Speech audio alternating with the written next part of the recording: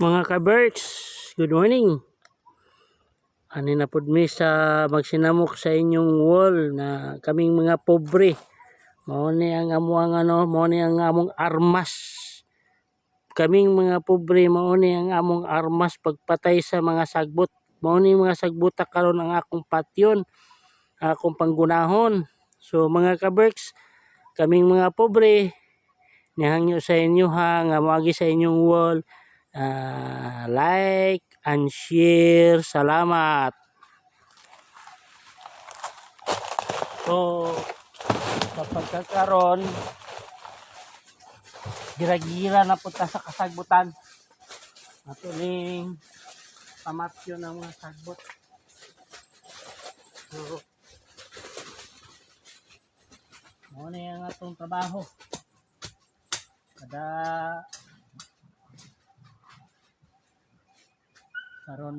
aron tanuman og mga kamatis okay, para nami anihon puhon.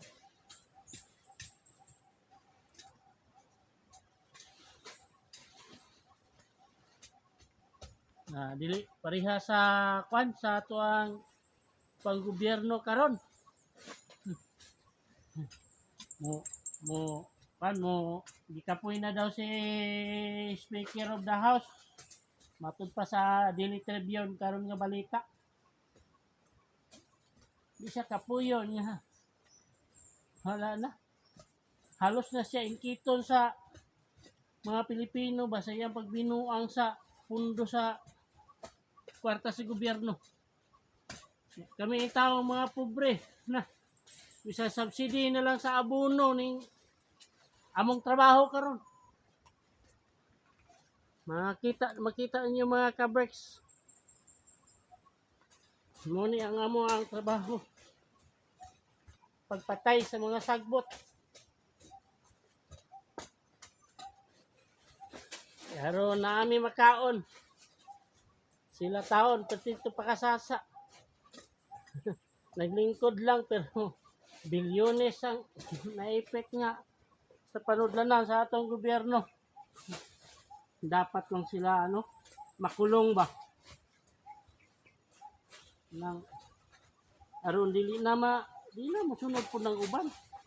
Kaya kung Speaker of the House ka, imposible wala kay control ana tanang tao nga under sa imong leadership. Imposible na kaayo. Kini Kiko Barsaga pa, kung naiimbestigahan, wala yung unang imbestigahan ang Speaker of the House. Okay, nahitabo ng pating corruption karon sa DPWH. Dito man nagsugod sa budget insertion. Dito man nagsugod-good kay di man na mahibalaan karon ng mga grabing corruption. Kung pananlitan wala na dito nagsugod dito ang kwarta nagsugod kay dito man magikan ng pundo. Sila man ang untay gitahasan nato nga magbuhat sa mga budget. Pero smukoy man ang mga budget insertion pa mo kung ni Congressman Ungab pa sa kapanahunan ni Martin Romualdez, nahitabo ang the most corrupt Congress in Philippine history. Pila na siya katuig sa Kongreso si Isidro Ungab. Karon niya nakita og unsa ka walang hiya ang pag-budget sa Kongreso.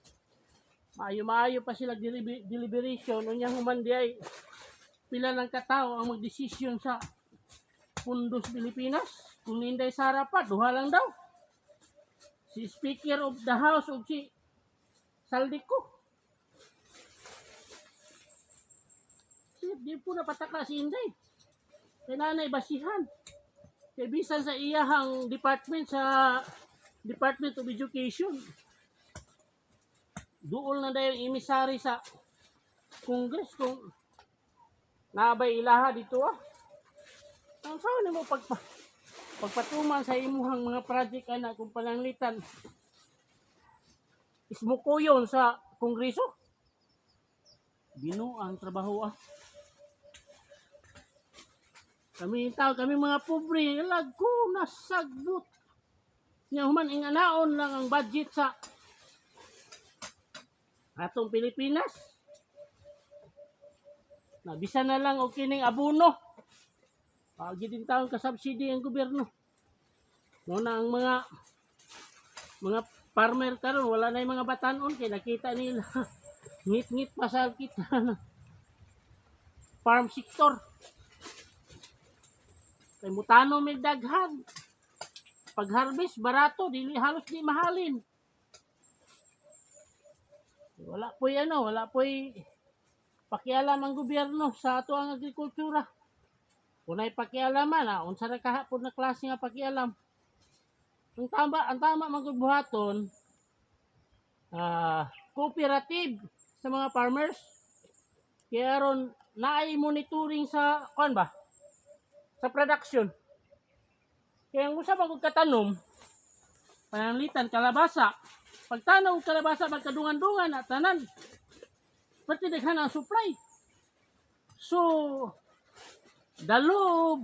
demand ang supply. Kung supply is high, the price is low. Pero, kung ang supply kulang, ang presyo pati mahala.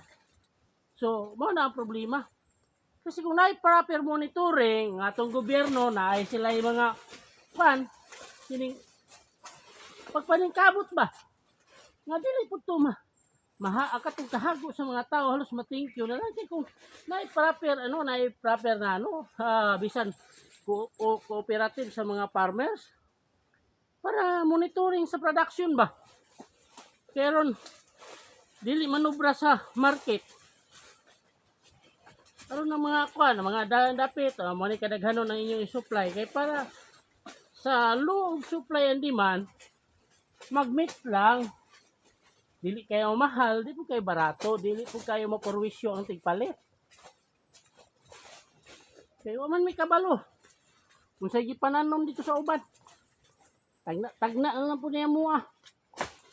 Na kung matunungan, na gamay ang nagtanom aning tanoma, grasyahan. Pero kung daghan manigiingon nga, sorry. Nga nang bawi na lang sa kung makabawi sa kapital. Kaya mga kapital man po kaaning magtanom kay alang-alang di kayo pahit og abono. Yan nga itong Kongreso. Sayon-sayon na kayo. Ghost Project. Kasi promotor sa Ghost Project, and it is very impossible sa ato pa diya. Yung most guilty diya na mga Ghost Projects. Nara diya sa DPWH. Kasi di man na magawas karon ng grabing corruption sa flood corruption kung panamitan. Ang promotor sa maong project is wala na kialam. Kasi dito pa lang sa Department of Education, nanay gipaduol dito Inday Sara pa, bato pa ni Inday Sara sa una, nanay gipaduol dito naabad na sila ilaha dito makuha. Inan man nga, man ko ingon si Inday Sara nga mo ko experience nga na. Good. So, ingala si Inday Sara, so ang nahitabo, gidungagan nila na punukan kining budget. Ang budget dito, gidungagan nila. Na makita nimo to ang privilege speech ni Joel Villanueva na insertion na po sa DepEd sa panahon ni Inday. Kung sa duha siguro katuig, mga nasa 15 to 20 billion. Imagine nimo na. Oh. Kinsa man utok ana. Ha? Imposible si Speaker of the House walay kahibalo. Bilyon-bilyon na kwarta di makahibalo, dili mangutana si Speaker of the House ana. Ako kay nang question. So ang tanan diyan ang nahitabo diyan na sa budget insertion, common responsibility na sa Speaker of the House. So kung mga bitay mga ganyan na o mga life sentence ng mga nag-insert din na unsa na lang po kaha sa Speaker of the House. Kaming mga mag-uuma dili mi mo sugot. Kita ka na among trabaho init kayo karong adlaw, mga hapit na alas 11. Nagguna pa mi. Kay para lang para namin itanom. Nya pay kasiguruhan kung ang among gitanom kung mahalin ba o dili kay mao to kung giingon sa inyo ha, kung sobra ang production, na mahalin. Kami na lang po na mo gamit sa muang pangkuan. Kami na lang ang mukaon. Kung dili, tagod-taguro na lang. Ang uban, gitagod-tagod na lang nila tungod sa ka-industrial nila sa presyo sa kalabasa. So, inga na taon. Ang pobre, permanente pobre. Pero ang mga Speaker of the House, ang mga dagkogranggo dito nga kongreso, ang ilang statement of asset and liabilities, milyon pa lang. Pero sulod sa tulo ka tuig, bilyon na. Kaya na daw, dapat imbestigahan na. Kaya murag, wa mi nakauyo na, wala na sa tama siguro nga imposible man nga nga pukuyawa mo nga negosyo nila nga mo bilyonaryo man day ka.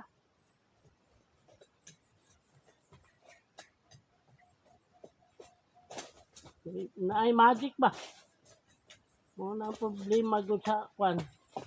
Kami taong mag-uuma bisan kwan na lang. Bisan subsidy na lang sa abuno unta. Ayot. Matistingan na naman nigdool ning kwan kining Department of Agriculture kung saya mong makuha diri sa Davao. Kung naabay matabang sa mga mag-uuma ning mga Department of Agriculture nato diri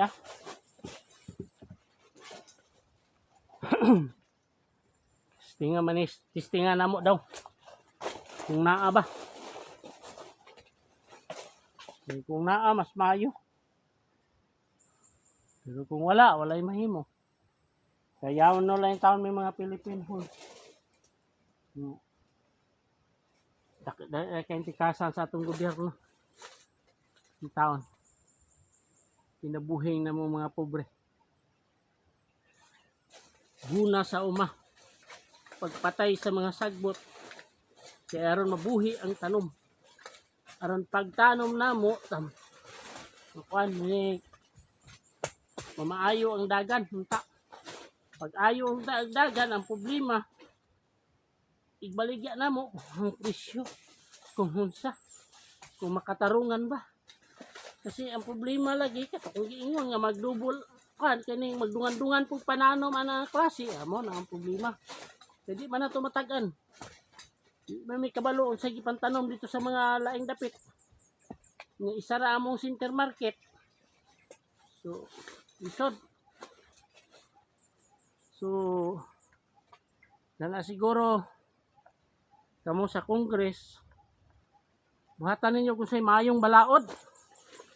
Sa'y mabuhat ninyo nga balaod yan na nga. Kami ang tao mga pobre na unta. Kung sobra-sobra nga mo ang pagpaningkamot. Nanay, kuan ba? Nami pang Christmas sa among lamisa. Mao man gini among trabaho, gunag sagbot.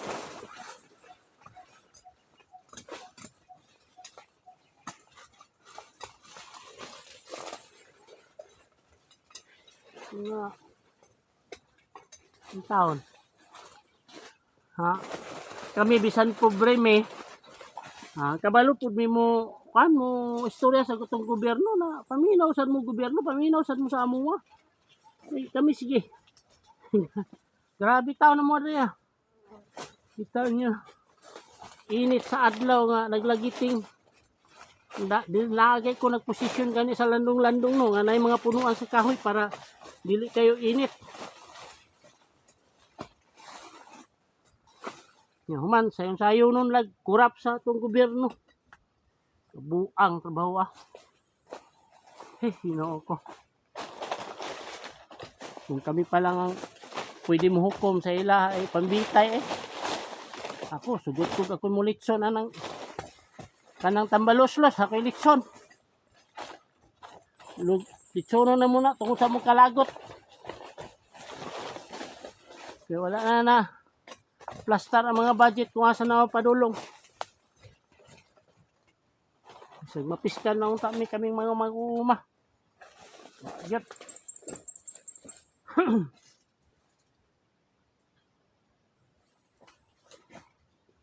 Muna mga mag-uuma po luoy tayo po taong kinabuhi sa mag-uuma. Perminti lang nagpailalom sa kainit sa adlaw, nagpailalom sa ulan, nagpailalom sa gunahon. So unta ng atong gobyerno makamat muna kay dili lalim ang among kinabuhi aning nasa bukid. Kami anti-provide ninyo kamatis dito sa market, pero wala may makakuha gwapong presyo kay siyempre na ay mga ahente. Ginansya po na sila kaya pagdala sa produkto ko sa market. Although gapo na magdalan gumika ni Duterte kay natiman man ni Duterte ang farm to market road. Ug mo nang ang halos mga Pilipinhon nga mga tao karon dili makalimot ni Duterte ang nasa mga bukid kay nagwapo naman ang mga gyanan.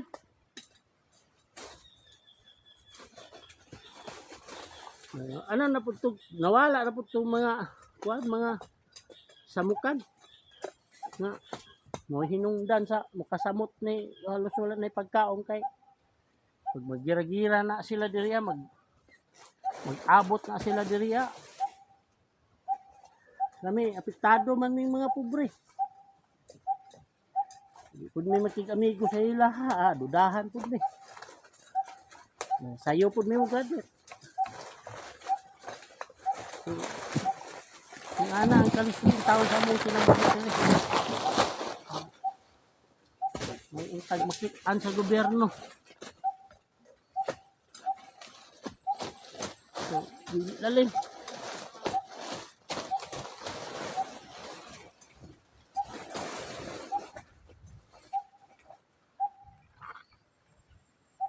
Lalim maguna. Ilalom sa adlaw.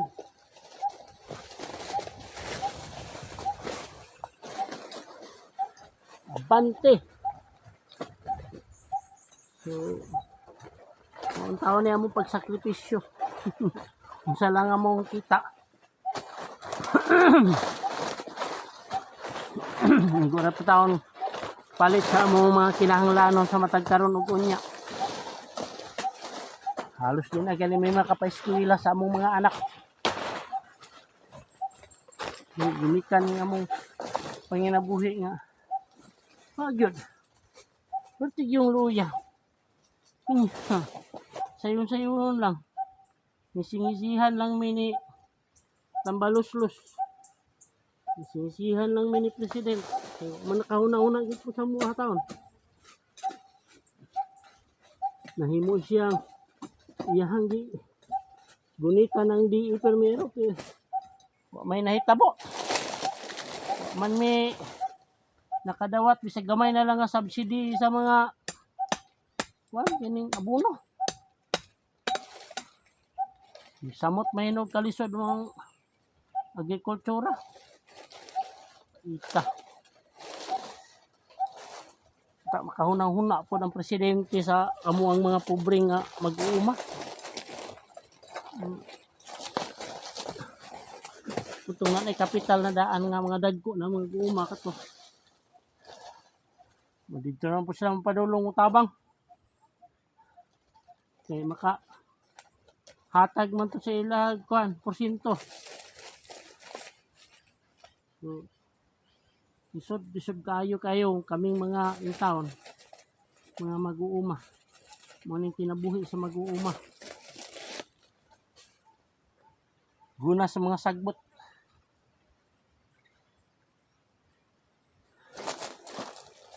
Itisayos mi sa gobyerno.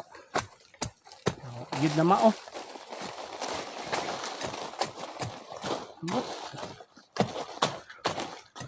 Sa kay pag-asa sa Pilipinas kung ingani permente ang atong paggobyerno nga wala gilantaw ang ang agrikultura. Hindi naman mga agrikultura magkatabang. Kaya kung dagko nga to ang production sa agrikultura, matabangan ang mga farmer.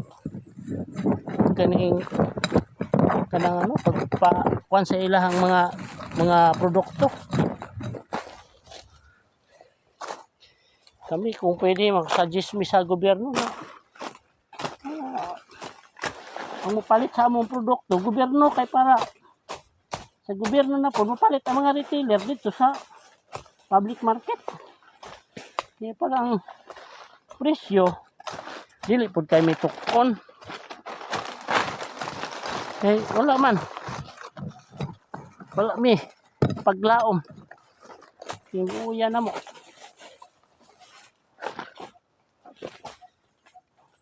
Mauing tao ni.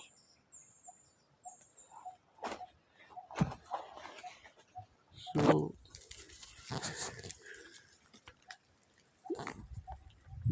ni ang kinabuhi sa mga mag-uuma. So mga kabreks, muna ang among kamatisan. Dagko na siya, dagko na siya. So later mo paibalo na pod mi ninyo kung sa status sa mo ang kamatisan. So kana lang tanan. Mayong buntag mga kabreks. Bye-bye.